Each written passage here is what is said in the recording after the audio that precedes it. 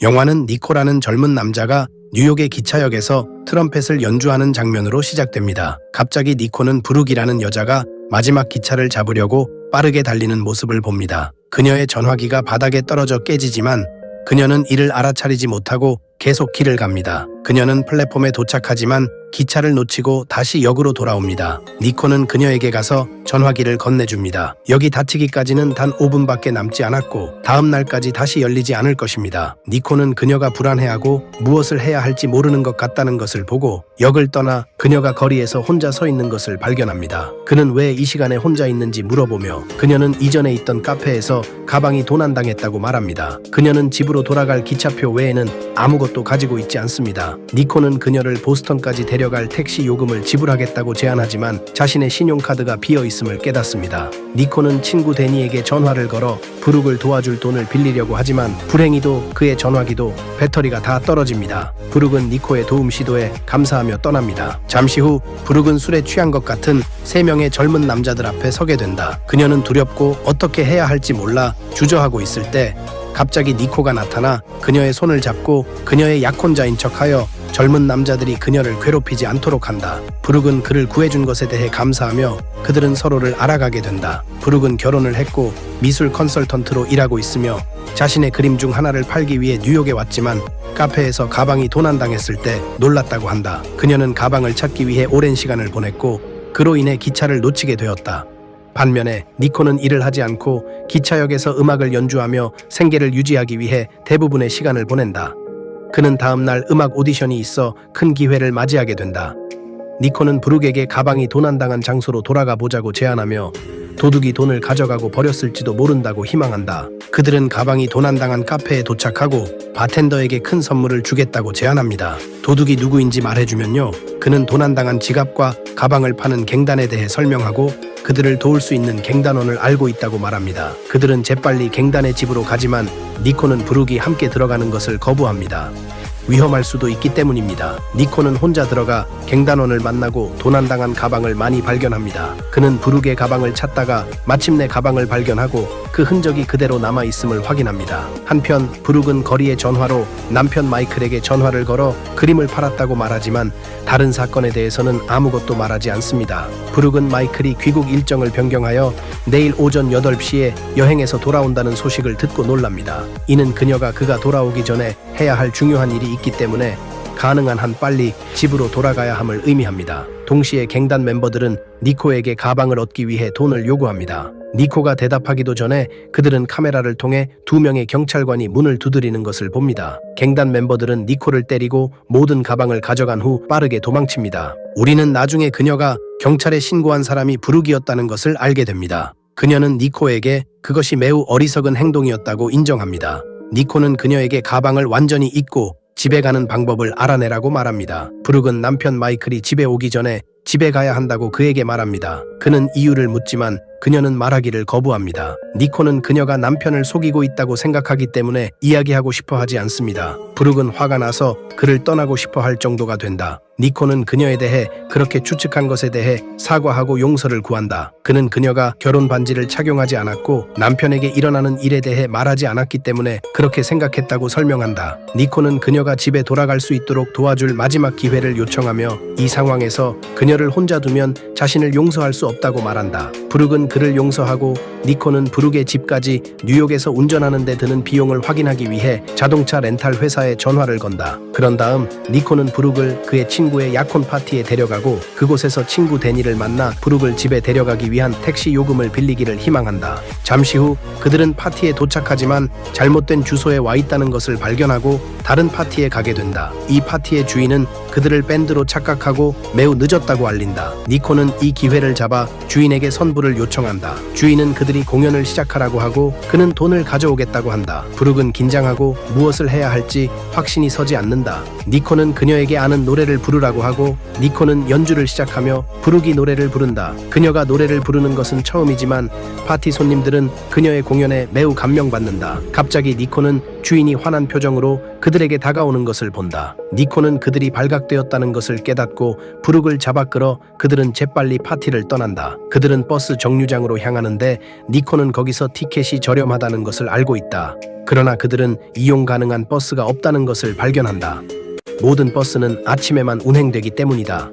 그들은 혼란스러워하며 다음에 무엇을 해야 할지 확신이 서지 않는다. 그때 니코는 브룩이 남편이 여행에서 돌아오기 전에 집에 돌아가지 못할 것이라고 확신하고 그녀에게 이웃이나 친구에게 전화해서 남편이 돌아오기 전에 집에서 해야 할 일을 도와달라고 제안합니다. 브룩은 그 아이디어를 마음에 들어 하지만 문제는 전화할 전화기를 찾지 못하는 것입니다. 니코는 근처에 있던 사람에게서 전화기를 빌려서 브룩이 그녀의 친구 팸에게 전화를 걸게 합니다. 브룩은 팸에게 집 열쇠가 어디에 있는지 알려주고 집에 들어가서 침실로 가달라고 부탁합니다. 그녀는 팸에게 남편 마이클에게 쓴 편지를 침실에서 찾을 수 있을 것이라고 설명하며 그 편지를 가져가서 자신이 집으로 돌아올 때까지 보관해달라고 요청합니다. 통화 후 브룩은 행복하고 안심하며 니코에게 진심으로 감사의 인사를 전합니다. 그녀는 또한 그에게 자신이 무언가 도울 수 있기를 바란다고 말합니다. 니코는 그녀에게 연애 조언을 부탁하며 대학 시절에 만났던 전 여자친구 한나에 대해 이야기합니다. 대학 생활 내내 이어진 긴 사랑 이야기가 끝난 후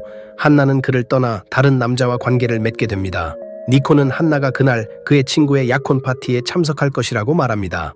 브룩은 그들이 함께 파티에 가서 한나를 질투하게 만들기 위해 그녀를 그의 새로운 여자친구로 소개할 수 있다고 제안했습니다. 시간이 지나 그들은 약혼 파티에 도착했고 니코의 친구인 데니를 만났습니다. 데니는 그들에게 자신의 신용카드와 집 열쇠를 주어 그들이 머물 수 있도록 했습니다. 그러나 니코는 한나에 대한 생각에 사로잡혀 손님들 사이에서 그녀를 찾기 시작했고 마침내 그녀를 발견했습니다. 한나는 그에게 인사하러 다가왔고 그녀는 새로운 남자친구인 콜과 함께 있었습니다. 그들은 모두 서로 소개했고 한나는 니코에게 어떻게 지내는지 물었습니다. 브룩은 그를 대신해 대답하며 그가 다음날 주요 밴드와 큰 오디션이 있다고 말했습니다. 그러나 브룩은 니코가 긴장하고 말을 할 수 없는 것을 알아차리고 그는 자리를 비켜주고 파티를 떠났습니다. 브룩은 그를 따라 밖으로 나가서 니코가 6년 전 헤어진 이후로 한나를 처음 만났다는 것을 알게 되었습니다. 그는 또한 졸업 직후 한나에게 프로포즈했던 순간을 기억했습니다. 하지만 한나가 그를 거절했을 때 그는 충격을 받았다. 한나는 그가 실패자이며 미래가 없다고 말했지만 그녀는 대학 내내 그에게 트럼펫을 계속 연주하라고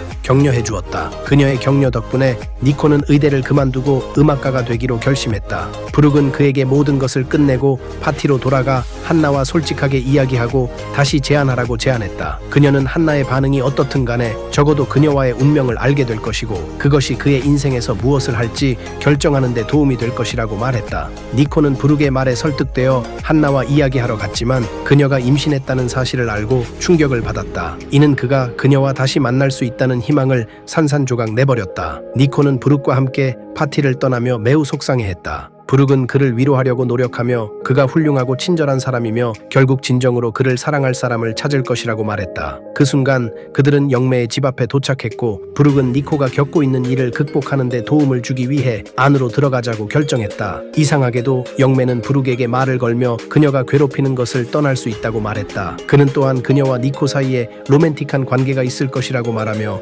니코가 그녀에게 맞는 사람이라고 덧붙였다. 브룩은 주제를 바꾸고 매체의 전화기를 사용할 수 있는지 물었습니다. 그리고 브룩은 친구 팸에게 전화를 걸어 그녀가 한 일을 확인했습니다. 그러나 팸이 브룩이 말한 곳에서 열쇠를 찾을 수 없어 집에 들어갈 수 없다는 사실에 충격을 받았습니다. 브룩은 답답해하며 빨리 떠나고 싶어 했습니다. 니코는 그녀가 속상해하는 것을 알아차리고 그녀를 작은 식당으로 데려가 마음을 편하게 해주려고 했습니다. 그는 그녀에게 문제에 대해 이야기해달라고 요청하며 도와줄 수 있기를 바랐습니다. 브룩은 남편 마이클이 자신을 속이고 있다는 것을 오랫동안 알고 있었다고 설명했습니다. 그녀는 분노했지만 그를 사랑하고 결혼 생활을 유지하고 싶어서 침묵을 지키고 문제를 일으키지 않기로 선택했습니다. 그녀는 마이클이 불륜 상대와의 관계를 끝내고 떠나기를 바랐지만 결국 그는 멈추지 않을 것이며 그 관계를 끝낼 의도가 없다는 것을 깨달았습니다.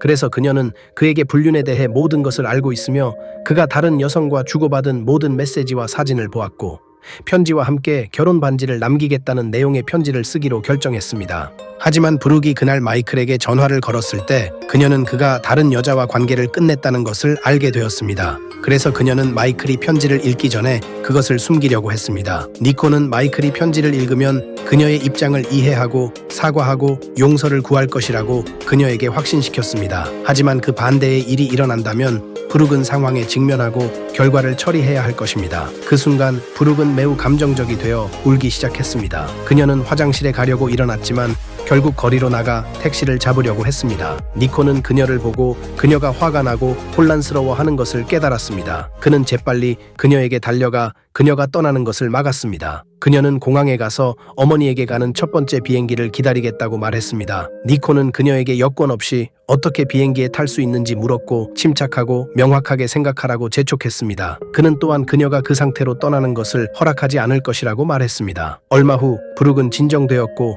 그녀와 니코는 데니의 집으로 갔습니다. 그들은 지난 몇 시간 동안 일어난 모든 일로 지쳐 있었습니다. 샤워를 한 후 그들은 앉아서 이야기를 나누고 농담을 하고 즐거운 시간을 보냈습니다. 그들은 엄청나게 행복했지만 서로 점점 가까워지는 것을 느꼈습니다. 다음 날 아침 니코와 브룩은 기차역에 갔고 그들이 이별에 대해 슬퍼하는 것이 분명했습니다. 그들은 함께 서서 서로에게 진심 어린 말을 한 다음 눈물을 흘리며 작별 인사를 했습니다. 우리는 브룩이 기차에 오르는 것을 보았고 그녀가 기차에 오르자 니코가 주머니에 메모를 슬쩍 넣었다는 것을 알아챘습니다. 그녀가 그것을 읽었을 때 그녀는 미소를 지었고 영화는 끝났습니다.